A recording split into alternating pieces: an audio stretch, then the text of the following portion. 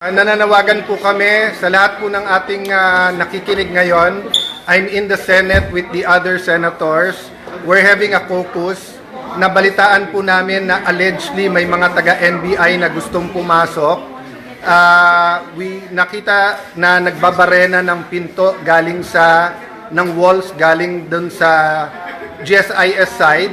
So we have our security here. Papasalamat kami sa PNP, outside and inside meron. Nandito ang Marines, but ito po ang emergency. Nagkaputukan na po. May report ako from the Sergeant at Arms. So the NBI is denying na tao nila, pero nagkaputukan na. So we don't know what's happening. Everyone's locked in their rooms now. We cannot go out. We cannot secure our other staff. Senator Bato, Senator are together. Walang sumasagot from the government, from us. This is the Senate of the Philippines. This is the Senate of the Philippines. May putukan na po dito. So sa lahat ng nakikinig, please, DND, DILG, what is happening? NBI, what is happening? Why are we under attack here? I don't know what's happening, but I do not know if I can keep my people safe here. I'm willing to go out.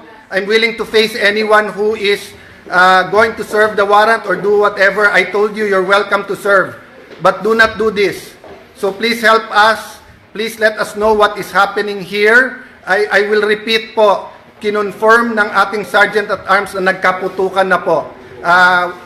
Many senators here have the numbers of the AFP Chief of Staff, etc. We're trying to get in touch, no? So far po, nagpe-perform yung Marines dito, yung OSAA, yung police sa labas. But inside the building, we do not know what's happening. I'm sorry, I have to do it this way. Hindi po namin malaman kung ano nangyayari. So, I'm relying on your prayers po, and I'm relying kung may nakikinig from the government here, what is happening po dito sa Senado. We have received the article of impeachment po. It is here. We are having a caucus how we will address that. So why is this happening at bakit may putukan nga dito? Please, someone respond, call us, let us know what's happening. Grabe mga kababayan, nagkaputukan na nga sa loob daw ng Senado ayon yan kay Senator Alan Peter Cayetano, no? At nakakatakot mga kababayan yung sitwasyon ngayon dyan sa Senado. Sa loob at labas, maging yung kasama ko ngayon ay nasa labas ng Senado at kinukuhaan nga po yung sitwasyon dyan. Pero sa loob po mga kababayan ng Senado ay lockdown na po, no? Nakakatakot mga kababayan kasi talagang parang kukunin at gagawin ang lahat, no, para lang makuha itong si Senator Bato de la Rosa.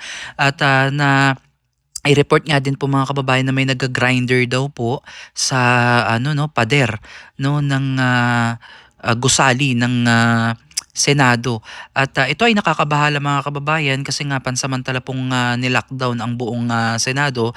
Isinarado po yung mga gate pati pintuan. Pero yung tao na gumawa nito o sino man yung nasa likod ng pagbarena o nasa likod ng putukan na ito mga kababayan ay talagang napakadelikado, no, dahil hindi lamang si Senator Bato ang nasa loob ng Senado, no, dahil nandyan din po yung ilang mga senador at may mga staff din po dyan. Nandyan din po yung ibang mga mainstream media na kumukuha po ng balita ngayon. At ayon nga po kay Senator Alan Peter Cayetano ay hindi niya maintindihan kung ano yung nangyayari ngayon dyan sa loob ng kanilang gusali sapagkat ito po ay nakaka-alarma, no, dahil hindi po niya kayang protektahan ang lahat ng staff na nandyan po sa kanilang gusali, kaya yung iba po ay nagkulong na lang po sa kanilang mga kwarto. At ito nga po mga kababayan, no, nananawagan nga po si Senator Alan Peter Cayetano sa mga kinauukulan sa ating gobyerno, no, na ang Senate of the Philippines po mga kababayan ay parang nasa isang sitwasyon na hindi natin masasabi na ligtas pa ba, no, kaya dapat talaga aksyonan agad ito. At nakakahiya, no, dahil pinanonood tayo sa buong mundo na ganito yung ginagawa sa Senate of the Philippines, no, na parang hindi naginalang. At bilang isang taxpayer mga kababayan, imagine niyo yan. Sinira nila o binarena nila yung pader, sinong gagastos niyan? Pera ng taong bayan yung ipampapagawa niyan. Sa lahat ng mga masisira dyan, tayo pa rin yung magsasakripisyo niyan. Tayo pa rin, sa pera pa rin natin ibabawas lahat ng mga gastusin diyan sa mga nasira nila. So, grabe mga kababayan 'no, parang, masasabi natin na ano 'to, parang gagawin ang lahat 'no, para lang patahimikin yung mga kalaban.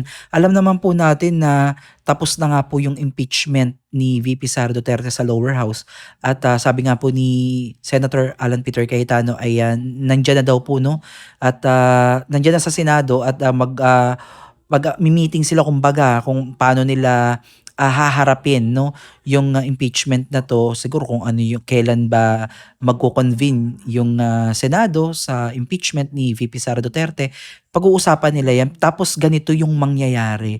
So tignan niyo yung timing mga kababayan 'no. So kung iisipin ninyo talagang punterya talaga nila si Senator Bato de la Rosa at, wala naman daw problema sabi ni Senator Alan Peter Cayetano kung magse-serve ng warrant of arrest, welcome naman daw po 'no, pero hindi sa ganitong paraan na parang parang grabe mga kababayan, na hindi mo inaakala na hindi ka pa pala safe 'no, kahit na nasa loob ka na ng, Senado, sa loob ng, tawag dito, gobyerno. Talagang grabe mga kababayan at, hindi ako makapaniwala na ganito yung mga mababalitaan natin. Kasi ang daming tunay na problema ng bansa natin. Ang taas ng bilihin, ang taas ng krudo, petrolyo, kahirapan, kagutuman, sa kalusugan. Pero ito yung, naka-ano sa'tin 'no, nakalatag sa ating mga television, sa radyo, sa Facebook. Grabe nakaka-frustrate na mga kababayan itong nangyayari sa ating bansa. At, nakakalungkot na kapwa Pilipino na yung nag-aaway 'no, at samantalang yung mga tao na gumawa ng gulo na 'to ay silang, parang hayahay lang 'no, grabe mga kababayan. So ito lang naman ay opinyon ko at reaksyon ko dito nga po sa naging, live ni Senator Alan Peter Cayetano patungkol nga po sa nangyari diyan sa loob, na napakadelikado po talaga niyan hindi lamang po sa mga senador kundi sa mga ordinaryong tao na nakatira diyaan o naka-stay diyaan sa loob ng, Senado 'no. Dahil, hindi natin hawak 'no kung ano yung mga mangyayari sa mga susunod na mga oras at kung ano ba yung mangyayari dito. Kaya dapat abangan natin 'to mga kababayan at, 'wag natin palalampasin 'no, na wala na dapat na maipadala pa sa ibang bansa upang, litisin at husgahan ng banyaga. Kung nagkamali man 'no, kung may kasalanan man talaga at mapatunayan na si Senator Bato de la Rosa ay may pagkukulang, pagkakasala, eh, dapat dito siya litisin. Wala namang problema 'yun mga kababayan, eh, kung talagang mapatunayan na nagkasala siya. Dito dapat sa sariling bansa natin at hindi ipamigay 'no, ibigay, i-surrender sa ibang bansa. Kasi hindi ko maunawaan, meron naman tayo ditong korte, meron naman tayong magagaling na abogado, meron naman tayong hustisya dito at gumagana pa naman 'yan 100%. Pero bakit ganito mga kababayan, parang isinuko mo na yung, soberanya, yung pagiging, Pilipino mo sa banyaga. Parang pinapakita mo na hindi mo kaya. At nasaan ba ang presidente, 'di ba? Dapat sa mga ganitong pagkakataon parang parang wala siya, alam niyo 'yun mga kababayan, hindi niya yung wala siya yung pag-uutos na itigil 'yan, maging mahinahon. Wala, parang ano siya, bingihan 'no, parang wala siyang nakikita sa mga nangyayari at hindi natin naririnig yung ano niya, yung take niya about dito. So grabe 'no mga kababayan, makakapag-isip ka lang talaga ng hindi maganda sa pangulo natin 'no, na talagang nagtatrabaho ba talaga siya o ano ba, kagustuhan niya ba 'tong mga nangyayari na 'to? At para ma-eliminate yung mga kalaban nila sa pulitika kasi parang puro pamumulitika na lang mga kababayan yung ano, nangyayari ngayon. Wala na talaga yung tunay na malasakit para sa mamamayang Pilipino. Hindi gano'n, eh. Hindi na gano'n yung, nakikita at nararamdaman natin. Sila-sila na lang mga kababayan yung, nagtitirahan pero wala na yung para sa tunay na Pilipino. Yung tunay na issue ng flood control project na talagang na-scam, iskandal, eh, wala na akong nabalitaan diyan. Parang pilit na dina-divert sa ibang issue na dapat yun yung pagtuunan ng pansin para mapakulong natin yung mga totoong mastermind 'no, yung totoong mga, gumawa at, kumamkam ng kaban ng bayan. Grabe mga kababayan, nakakalungkot itong, balita na 'to at lalo na mga ordinaryong Pilipino yung, nagsasuffer ng mga kagagawan ng mga nakaupo ngayon sa ating gobyerno. So anong comment nyo dito mga kababayan? Please comment down below, no?